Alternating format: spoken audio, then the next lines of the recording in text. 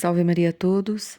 Vamos voltar à leitura do livro A Mãe de Santa Teresa do Menino Jesus. E peço a liberdade de, se houver necessidade, de fazer pequenos comentários à medida que formos lendo, porque o caráter desta leitura, deste livro, é, na verdade, compreendermos e conhecermos melhor a pequena via de Santa Teresinha. Então, os fundamentos, o que é, qual a formação teve Santa Teresinha para chegar ao patamar de santa e doutora da Igreja. É esse o nosso objetivo com esta leitura. Vida familiar. Como mamãe conta em suas cartas, ela ignorava os mistérios da vida, e essa revelação a fez chorar muito. Papai aproveitou a ocasião para comunicar-lhe seu projeto de uma vida como irmãos. Ela aceitou, apesar de seu primeiro desejo era de ter filhos. Entretanto, Deus tinha sobre eles outros desígnios. Acham-se estes bem indicados na dedicatória do livro sobre o nono e o último varão de sua coroa. À santa e imortal memória de Luiz José Stanislau Martim e de Maria Zélia Guerin, felizes pais de irmã Teresa do Menino Jesus, para servir de exemplo a todos os pais cristãos.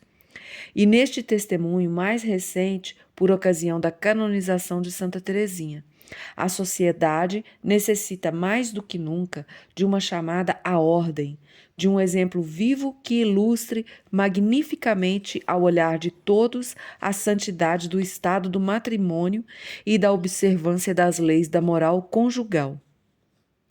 Está claro que o alcance providencial desta canonização ultrapassa a própria santa e que a Igreja, ao elevar sobre os altares a nona filha de Luiz Martim e Zélia Guerin, coroa na glória da filha das altas virtudes dos pais, genitores de uma família numerosa e santa, modelos insignes dos esposos cristãos. Com efeito, depois de muitos meses, a conselho de seu confessor, quiseram, de comum acordo, ter muitos filhos para oferecer ao Senhor. Restituíram então à família um menino que tinham acolhido provisoriamente. Após seu virginal projeto, todo fundado numa inteira comunhão de sentimentos, de fé cristã e de piedade. Olha o que aconteceu aqui. Eles se casaram, mas fizeram, como um acordo, um projeto de vida como irmãos, de viver como irmãos. E tinham, nessa vivência como irmãos, aceitado um menino que a família, provavelmente por motivos financeiros, não tinha condição de criar. E eles aceitaram como adotivo. Mas, na medida que eles cresceram como um acordo de voltar a ter um matrimônio realmente, mas porém na observância das leis da moral conjugal, eles devolveram à família o menino que eles tinham acolhido provisoriamente. Porque aí, então, eles decidiram que teriam filhos. Ao escrever a história de sua vida, nossa Santa Teresinha tinha razão de agradecer ao Senhor, que a fez nascer numa terra santa e toda impregnada de virginal perfume. Fiel a seu princípio, nossa mãe não tinha medo da maternidade. Ao saber que uma senhora da região dera à luz a trigêmeos, disse ela: ó feliz mãe, se eu tivesse ao menos 2, mas não terei jamais essa felicidade. Amo as crianças. É um trabalho tão doce ocupar-se das crianças. Sua correspondência está cheia dessas exclamações de alegria materna. Escrevia a seu irmão, o Sr. Guerin, no dia 23 de abril de 1865, após o nascimento de sua Helenazinha, que devia morrer em tenra idade. Perdão, senhores. Há 15 dias fui ver aquela que está com a ama. Não me lembro de ter jamais experimentado um sentimento de tal felicidade como no momento em que a tomei nos braços e ela me sorriu tão graciosamente que acreditava ver um anjo. Numa palavra, é inexprimível para mim. Acho que nunca se viu nem se verá jamais uma criança tão encantadora. Minha Helenazinha, quando enfim terei a felicidade de possuí-la inteiramente? Não posso pensar que tenho a honra de ser a mãe de uma criatura tão deliciosa. Longe de medir fadigas, sua confiança sobrenatural levava a confessar mais tarde à sua cunhada, a senhora Guerin, sua de saúde delicada e que esperava um filho. Nosso Senhor não pede nada acima de nossas forças. Vi muitas vezes meu marido preocupar-se comigo sobre esse ponto, e eu permanecia absolutamente tranquila. Dizia-lhe: não receis, nosso Senhor está conosco. No entanto, eu estava acabrunhada de trabalhos e preocupações de toda sorte, mas tinha a firme confiança de ser sustentada pelo alto. O que não a impedia de fazer esta confidência a seus parentes de Lisieu. Se tiverdes tantos filhos quanto eu, isso exigirá uma abnegação e o desejo de enriquecer o céu com novos eleitos. Após cada nascimento, fazia logo essa prece: Senhor, concedei-me a graça de vos ver ser consagrado este filho e que nada venha manchar a pureza de sua alma. Prefiro que o leveis imediatamente, caso venha perder-se para sempre. Sua união com Deus e o fervor de suas orações quando esperava um filho eram tão grandes que se admirava de não ver disposições para a piedade deste, o despertar da inteligência desses pequeninos. Maria, sua filha mais velha, tinha apenas 4 anos e Paulinazinha contava somente com 2 quando ela confiava sua decepção à querida visitantina. Esta, por sua vez, escrevia a seu irmão no dia 2 de fevereiro de 1864. Zélia já se atormenta por não ver sinais de piedade em suas filhas. A criança devia ser batizada logo após o nascimento. Sempre se informava sobre este ponto quando se tratava dos filhos e de seus parentes. Quanto ao batizado de Teresinha, foi preciso ser adiado 2 dias. Deixo aqui a palavra da Madre Inês de Jesus. Interrogada nos processos sobre o motivo desta demora, respondeu: porque se esperava o padrinho. Durante este intervalo, nossa piedosa mãe estava em contínuos sobressaltos. Pelo temor de sobrevir algum mal à criança, imaginava constantemente que a pequena estava em perigo. Mamãe teve 9 filhos, dos quais 4 morreram ainda pequenos. De acordo com meu pai, quis dar a todos o nome de Maria, unido a outro nome, ao de José para os 2 meninos. No dia 8 de dezembro de 1860, pedira à Imaculada Conceição um segundo filho e 9 meses depois chegava Paulina, que se seguiu a Maria, a primogênita. Escreverá mais tarde a Paulina este testemunho de seu amor e de que nosso pai pelos filhos.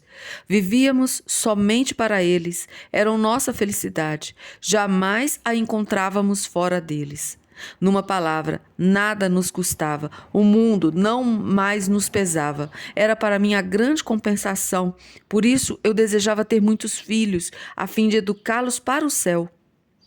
Essa carta data do dia 4 de março de 1877. Já mencionei a perfeita compreensão entre meus pais, ainda que, à primeira vista, suas opiniões divergissem um pouco sobre um ponto qualquer. Mamãe tinha por meu pai tanta admiração quanto afeição e desejava-o exercer plenamente uma autoridade deveras patriarcal. Minhas irmãs afirmaram diversas vezes que sua união foi sem nuvens e a correspondência de minha mãe prova-o. Mostra também que mamãe não podia viver longe dele, mesmo por alguns dias.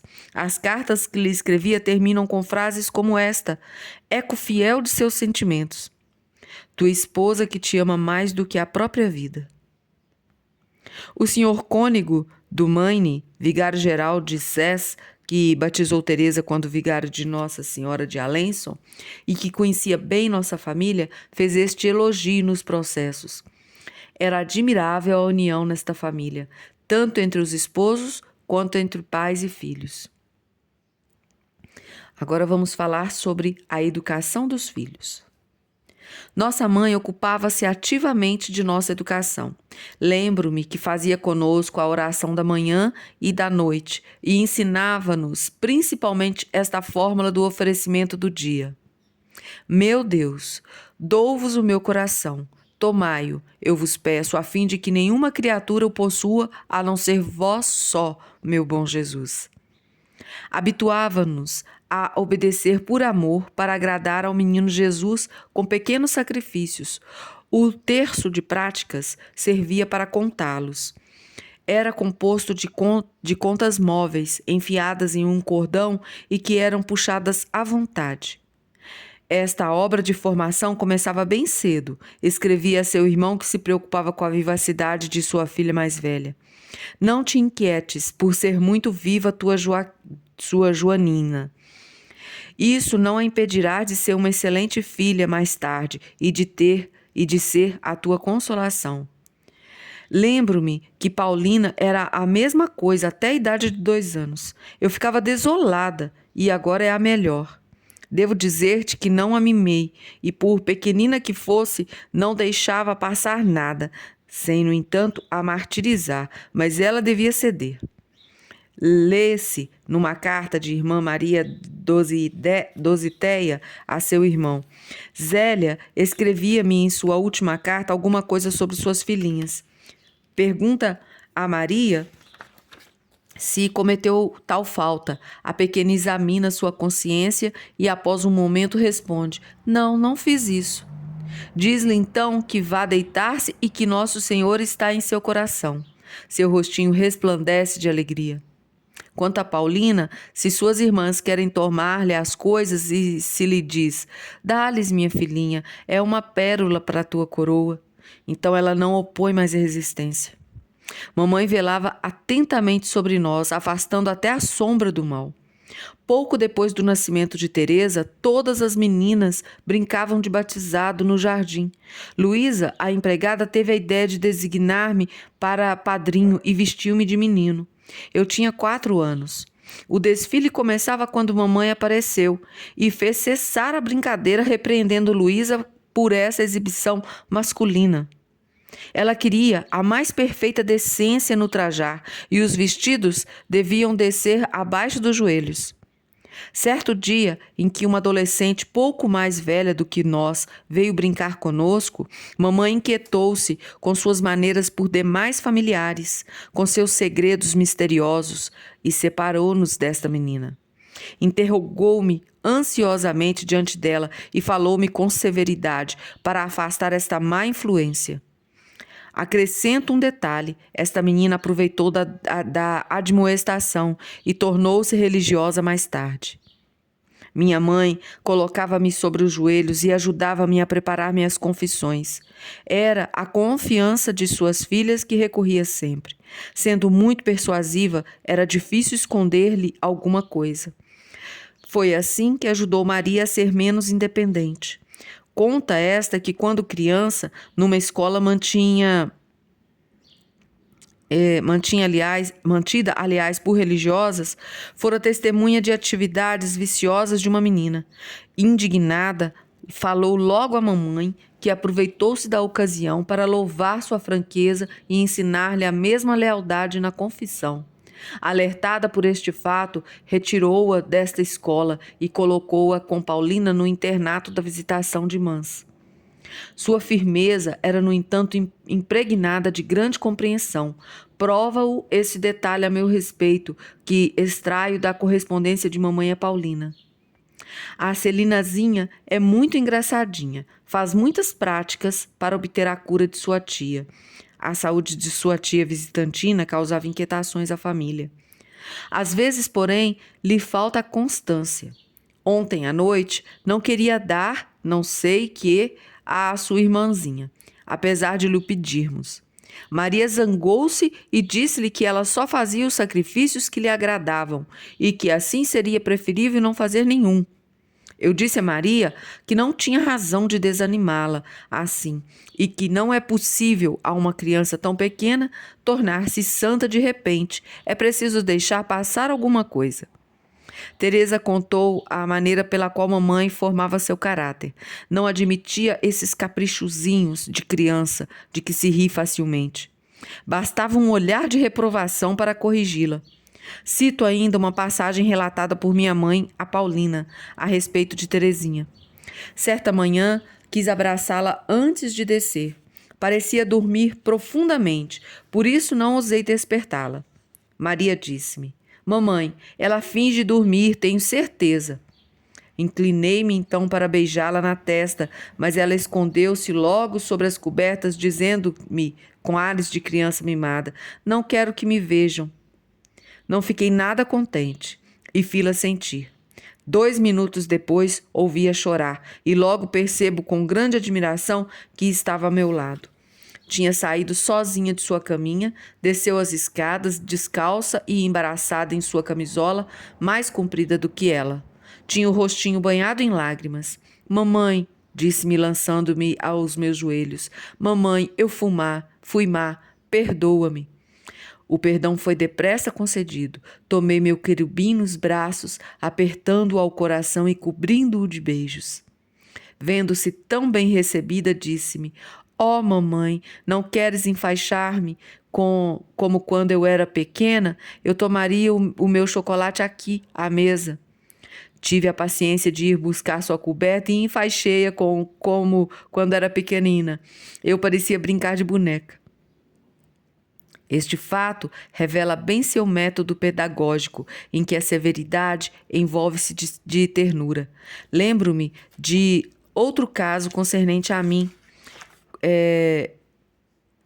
contado por Maria, minha mãe, e Paulina, interna, pois sabia interessá-lo tudo o que se referia às irmãzinhas. Celina está aprendendo bem a ler, mas está se tornando travessa como um diabinho. Basta dizer que tem apenas 4 anos e, graças a Deus, tem um bom resultado. Veja que história divertida a seu respeito. Ontem à noite ela me dizia: Eu não gosto dos pobres. Respondi-lhe que Jesus não estava contente e não a amaria também. Replicou-me: Eu gosto muito do bom Jesus, mas jamais em minha vida gostarei dos pobres. Não quero mesmo amá-los. Que importa isso ao bom Jesus? Ele é o Senhor, mas eu também sou a Senhora.